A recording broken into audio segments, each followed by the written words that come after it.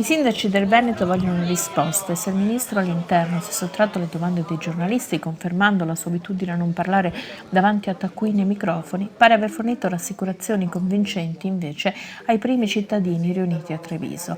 Bagnoli, Con, la Caserma Serena sono centri di non accoglienza che vanno alleggeriti e progressivamente chiusi. Abbiamo avuto rassicurazioni che la strada è quella per arrivare allo svuotamento, alla riduzione della...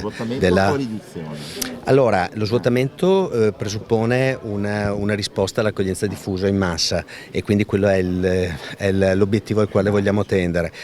Sicuramente il primo passo sarà una riduzione dei numeri. Abbiamo bisogno che ci sia una cooperativa o comunque un soggetto che segua migrante per migrante. Da noi vengono fatti subito i corsi di italiano, i corsi di cultura italiana.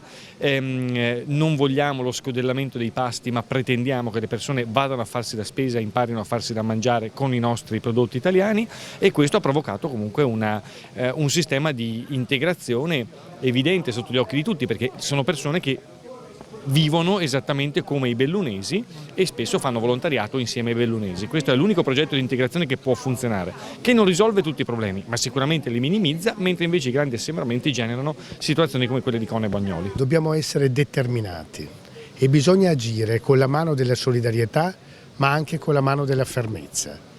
E quando si fa un patto, lo Stato lo deve onorare, in primis con noi del territorio. Se partiamo da queste basi forse riusciamo a raggiungere delle intese, ma con grande chiarezza e grande determinazione. La stretta, se c'è una stretta di Minniti, la convince?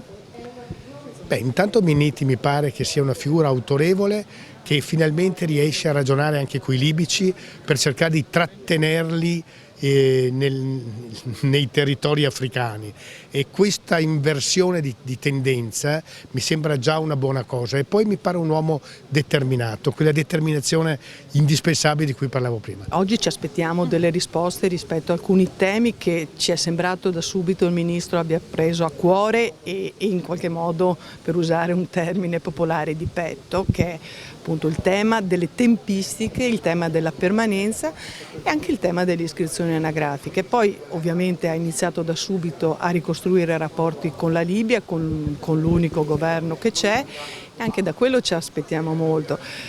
Però aspettiamo che ce lo dica lui, insomma. Ecco, non mi sembrano però posizioni esclusivamente politiche, mi pare che la questione l'abbia compresa appieno nella sua gravità, perché è una situazione grave. Già oggi abbiamo avuto una risposta importante, che è quella della clausola di salvaguardia effettiva del 3 per 1000, quindi che questo non si supera, che è per legge, cioè qualora i comuni scelgano questo sistema di accoglienza di chi effettivamente ha diritto, questo è il numero massimo di migranti che possono essere su un territorio. Questa è la prima cosa importante. La seconda cosa importante sono la drastica riduzione dei tempi per il riconoscimento dei status, che appunto si cala in quel modo giusto finalmente di affrontare il tema, che è quello di discernere tra diritto d'asilo, che è regolamentato da legge internazionale, e immigrazione, che è regolamentato da legge nazionale. Io ho avuto delle risposte positive. Grandi assenti le fasce dei sindaci leghisti, il presidente del Veneto Luca Zaia,